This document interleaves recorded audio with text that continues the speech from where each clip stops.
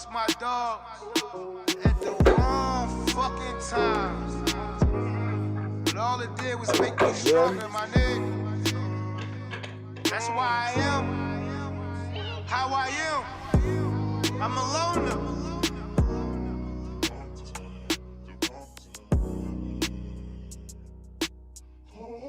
Yeah.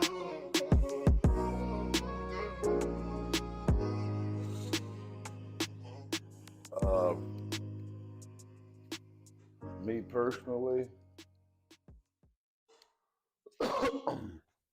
I just got up, left the just left the Hilton. I think I was at the Hilton. My man Bally, shout out Bally, he hooked me up with a room. And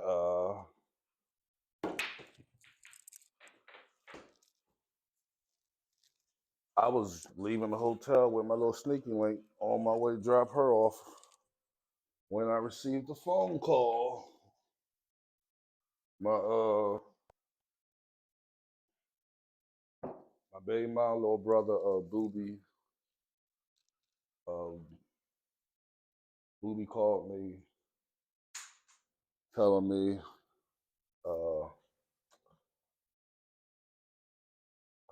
my daughter got shot.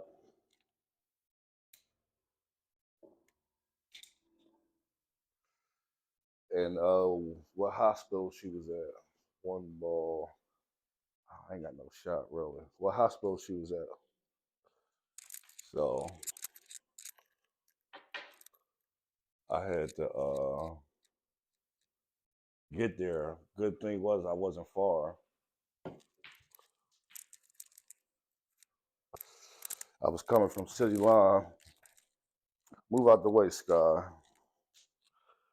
Coming from City Line, so I kind of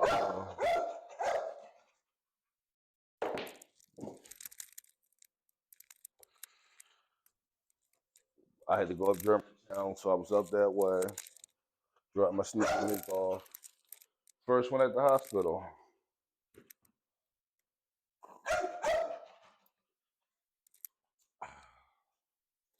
Uh,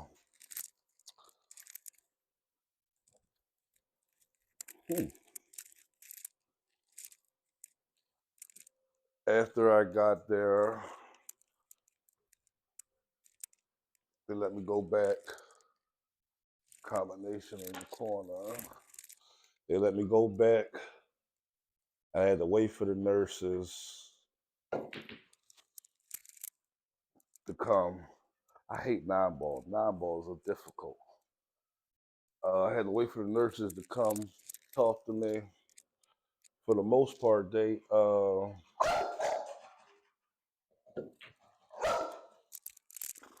delivered bad news. So they said that Alex Shea had been shot. You're killing me, Rain. You're killing me. You're killing my cameo, child. Please, please. Alex Shea had got shot in her face, like her chin area, and it came out like the back of her neck, like it kind of hit all the important stuff back there. So they said that that she had stopped breathing. They brought her back to life and everything. They was doing everything they could. That was Monday, and it kind of it was all like, damn, like, I'm a little familiar with kind of certain scenarios, and what they was talking about. I had lost a friend, a couple friends, similar situations. So it was like, like, damn, this feel like Dooney all over. It felt like Psyche all over. Rest in peace, cousin Dooney, Psyche. it felt like them scenarios all over again. So it was like, the process, like, yo, you about to lose a child. And then sitting there, like, we was at Einstein Hospital all day, all fucking day. I don't have a shot. It was COVID. They had us in the cafeteria. I wouldn't say they was playing mind games with us. I would say they was assessing us as individuals, trying to figure out how to deliver the news that they had to deliver to us. It's not easy telling someone the condition of their child in general, especially when their child is being hurt from a violent crime. So we sat there all day, and it was like, y'all can go up. We just prepping her. Then it was like, y'all can't go up. Then it was like, we gonna let one parent up. So my baby mom was going up. Then it was like, we not letting her up. Like, it was a lot with Einstein. And then that was like the beginning process of the next 3 or 4 days was very difficult. Like, Al was on life support, fighting for her life. And for the most part, it was tests. They have see if you brain dead. They have tests that they do. So basically, they telling me, like, if she don't pass these tests, they have to pull the plug. You got to process that. You can't stop that. You can't change that part. That's how society is, the law, whatever, whatever. So you got to deal with that. Like, well, in a sense, it's like, well, what if I feel like she's not ready to take the test yet? Like, can I give her time to prep for the test? Like, anything I can do to, keep my baby alive and keep hope. But, them type of questions you couldn't even ask because, like, the position you was in, like, they talked to us, they let us know. It kind of like, it was like the serenity now prayer, like, dear Lord, please help me accept the things that I don't have the power to control. Like, I don't have the power to control that. And I have to accept that. So at that point, like, that was what I needed, was the power of the serenity. That was something I had to constantly tell myself, because it's like, the next 48 to 72 hours can change your life. And you don't have no control. You can't help. There's nothing you can do to change it, to help it go your way. None of that. It's really just however it go, or however the dice will roll, as some might say. Like, however life, whatever hand life deals you, that's what you got. It's like, damn, I got a fucked up hand.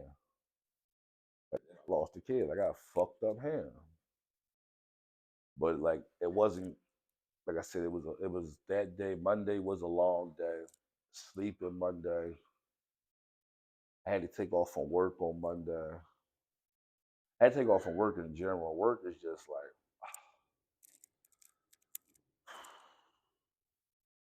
so that's a lot. And it's like, it was just too much for me to, all at one time. It was just a whole lot to deal with and process. And I actually, truth be told, I can't even say, I'm not gonna sit here and act like I was the responsible one, because I was the first one there. And I had learned what had happened allegedly and things of that nature. And I was going to address some of the things that had happened. Just me being, like, I got a parent. You got to protect your baby. You got no father going. That's daddy's girl. Like, and my man HP, he stopped me. Like, HP, it was like, yo, like, whole time out. Like, let's talk about this real quick. Let's, you know, like, let's process everything because he was like, I'm going with you, but I just want to we got to talk about it first. And he was right. The talk was more so like, yeah, you got to think. You can't react off of emotions. You can't just crash out or whatnot. Like you can't just. You're not a juvenile. This ain't 99, 02, 03 Harrison Ave. This ain't none of that. Shout out to Harrison Ave too. Uh, like it was just like you had to be a responsible adult. You had to be a parent. You had to be a provider, a caretaker. You had to make the rational decision. You had to do what's right. You can't do no wrong. So it like all of that while still dealing with like I got to do all that, but y'all do know I just lost a kid. But like I said, being a parent, like that type of shit don't even come into play because it's like this is what you got to do, whether you like it or not. So do it. And I had help. I had help. Like the next couple of days was really hard. My help was around, like mentally supporting me. I ain't really do much. Couldn't really do much. Couldn't eat much. Like just waiting. Just not knowing. Like Monday was terrible. Monday was terrible. Monday, Tuesday was terrible. Just not knowing, and then just being having experience of losing loved ones to the same circumstances that your child is in, and it's like, all right, well, history shows this is what happens. So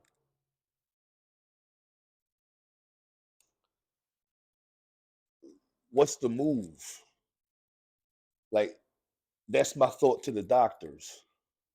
Like, what's up? Like, tell me something. Like the in between is killing me. Like the anxiety, I ain't sleeping, I ain't eating.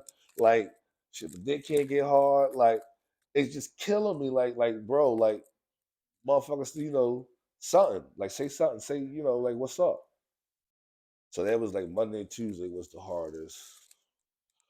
Uh Wednesday. Wednesday was more so I accepted it.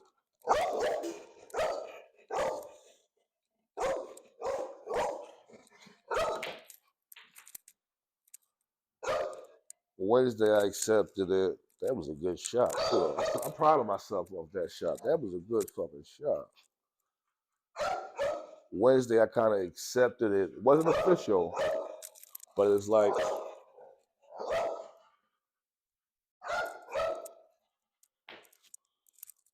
you know what you know what's about to happen. So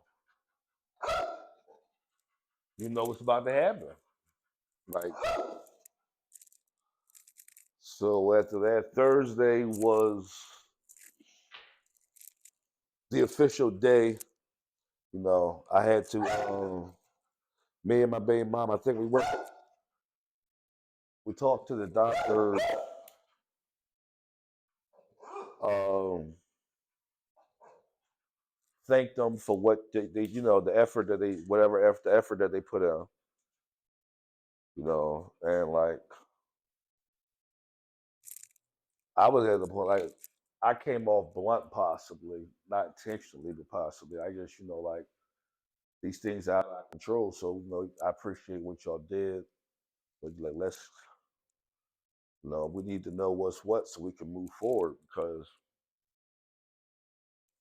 like I said, the anxiety is killing me and not knowing. And Thursday, it was like they officially Wednesday we had that talk. It was like we gonna and Wednesday they was like tomorrow's we gonna do it. Like tomorrow's it. Like tomorrow is the date. Such and such time. I think we had to be there like 9 or 10 o'clock. I can't remember the exact time. I know it was more though. And like I knew it.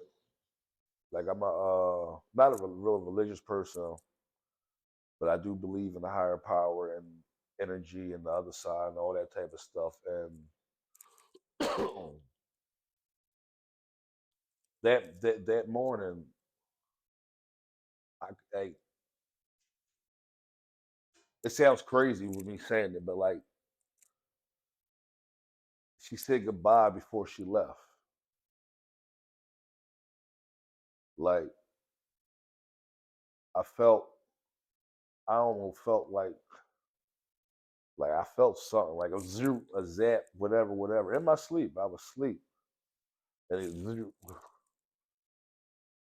heart throbbing every day, and I was like, yo, like damn, like she gave me her chi, like that was it, like she gone. She just crossed over, like fuck what the doctors is scared we gonna do in the morning, like I felt that, like it was like you could sleep out there, you could sleep, and I did start to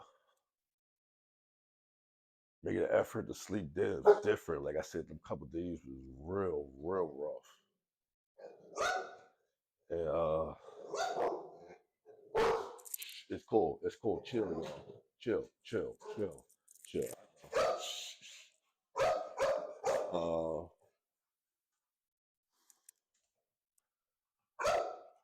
it was like damn, like it was official the next day, but like I said, I felt it. So then it was after that, it was like, like what's next? All the bullshit as the responsibilities, but like fuck all that. Like what's next for me as a person? Like life will forever be different for me. Life has forever changed. Like life will never be the same. Like you will no longer be that person that you was once before, based off the pain that you just experienced. So it's like the not knowing part of that, because every day I don't know. Like every day is different. Every day is like fuck it, just get through the day. Like fuck all that, just get through the day. Like what happens with it, whatever. But just get through the day. Uh, that was just Monday through Thursday type weather. Like that's how that was just that week. I'm giving you the intake, like the other side, like how it was for me. Me and her sister really wasn't on good terms, so we try and patch that up. Then me and her mother not on good terms. I got to put that to the side. Now that took a lot. That took a lot based off the fact that not getting into details and changing the subject. Just gonna say a mom out of pocket.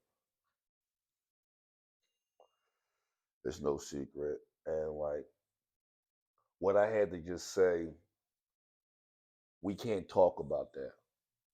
Like you was dead wrong, but we can't even talk about that because we got something bigger we need to talk about. Slash, this is what we need to talk about because we gotta prepare to bury a child.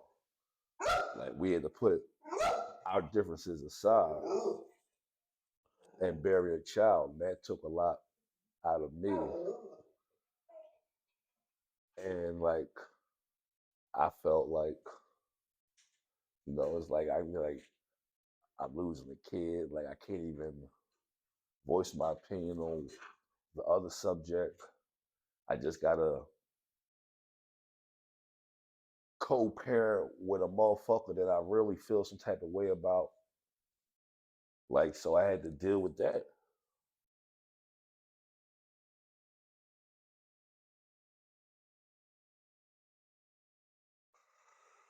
And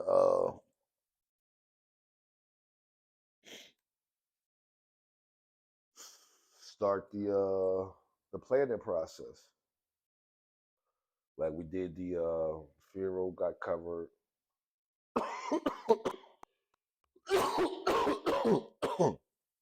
Everything turned out great.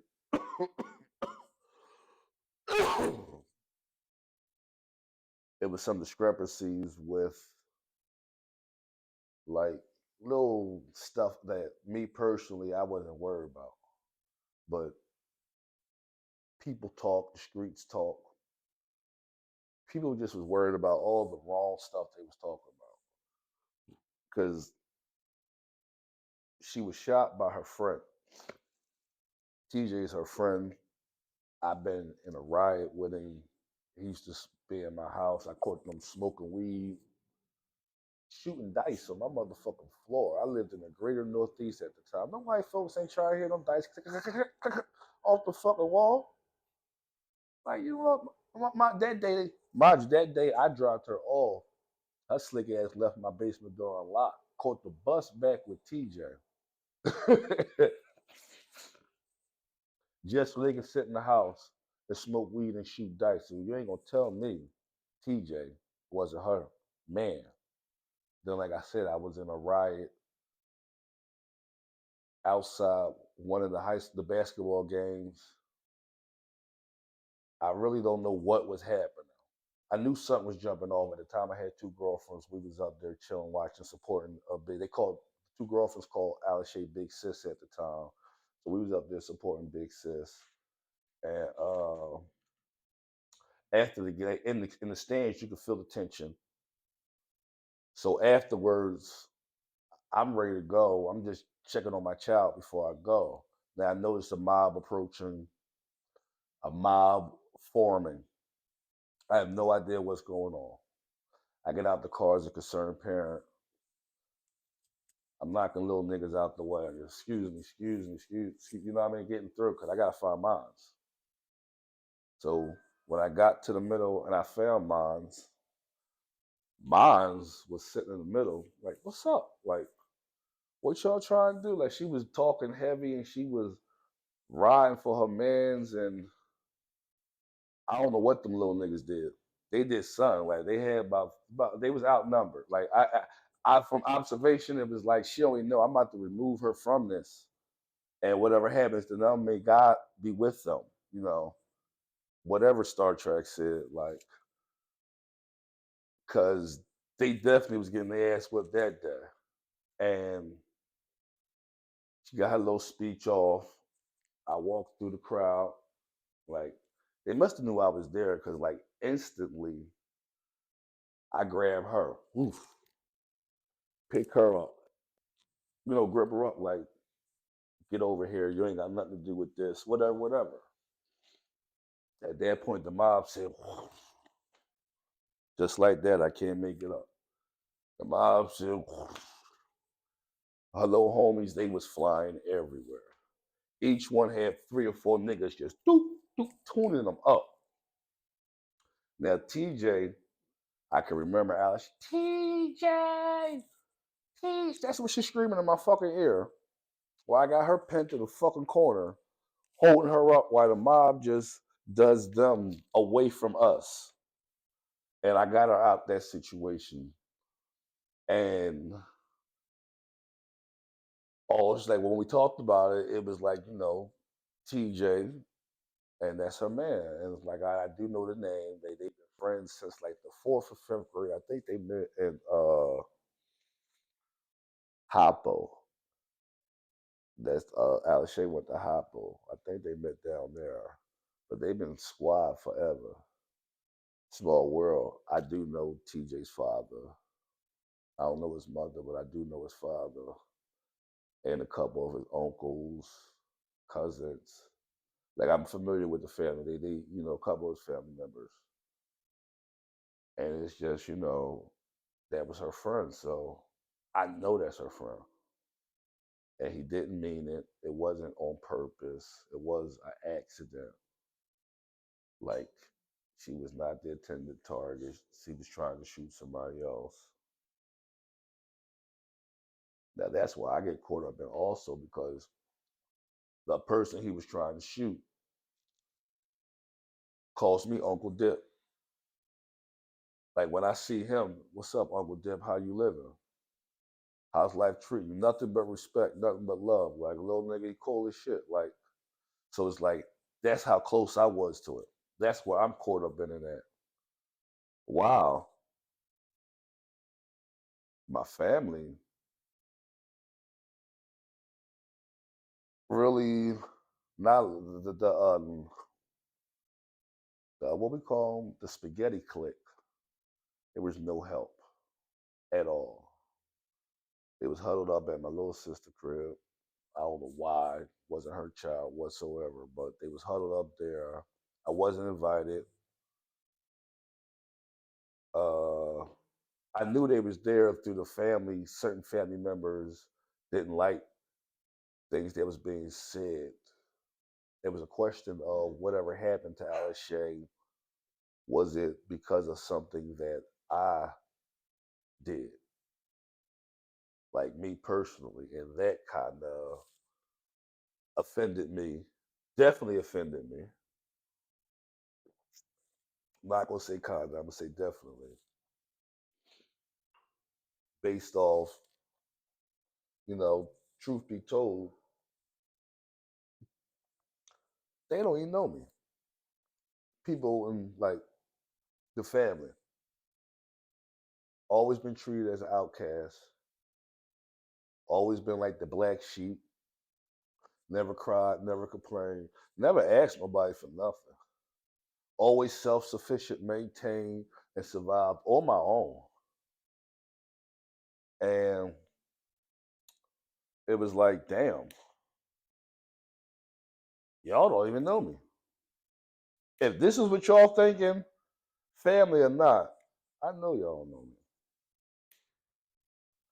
at all. Then my little cousin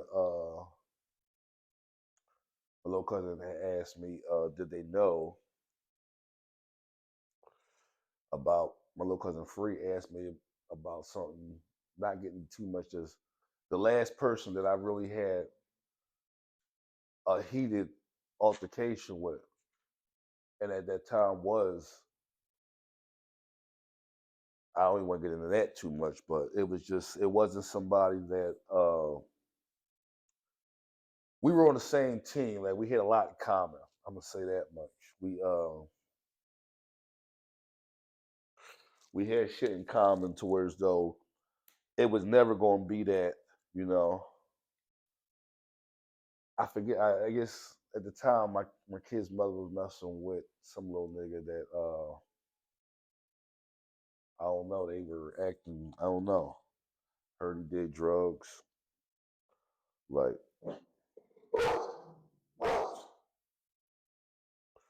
he he just was having. I don't know what they was going through, but he had an issue with me. So based off of that, my little cousin was like, "Well, damn. Like, do they know this? Because other than him, like, you don't have nothing of that type of world life atmosphere, any of that going on in your life." And that's what I'm like, yo, like they don't know me. Like family or not, they don't know me. Like nobody came to my house, family, really. Like my cousins came, like Ethan Free. I linked up with Nika and Dawn, like the ones I'm always close with, my cousins slash brothers, sisters. But like other than that, like everybody in the family was huddled up at my little sister crib. Like I said, why I don't know. It wasn't her child. Questioning was what happened because of something I did. So it's like I got to deal with this. I got to deal with the reality of what's going on. I got to deal with the responsibilities of being a parent. Like it's just a whole lot.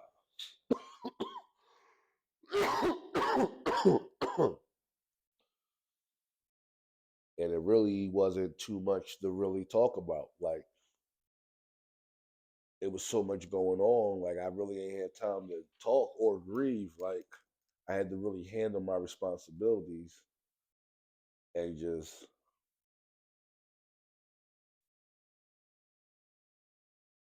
live life and try to find a way to like push through life. Like there wasn't no time to stop. Like I couldn't, like I said, I really couldn't grieve. Like the rent was due still, the bills was due still.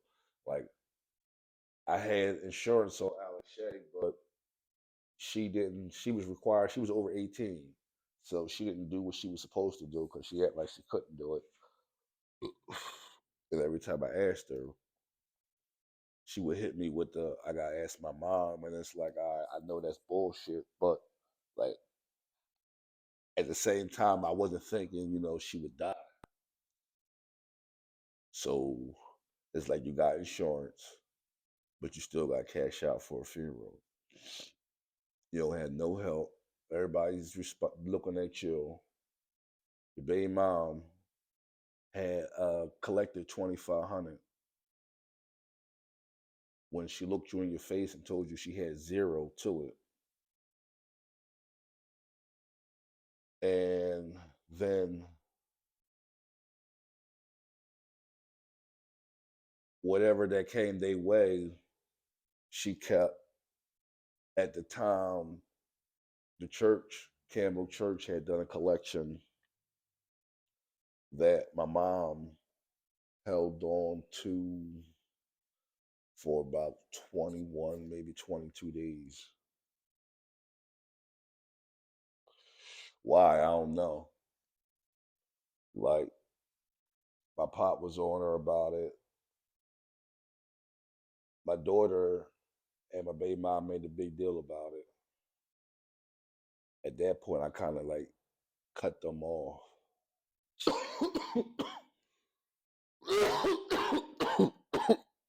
It's like the money ain't the issue. But, we lost Alex Shea. That's the issue. Like that's where I'm at. Like money come and go. You'll get it back. You don't know how, but that's life. If there's a will, there's a way, and if you have the strength, you will push through it and find a way. So it was like, just everybody was worried about the money part. Like, like I said, they was at my sister house huddling up. They had their own plans at my sister house. My mother and my sister on that side about what was supposed to be done, and I was supposed to pay for it. And then my side, I had some people trying to help, but it was like, you know, my homie Mill did a collection for me.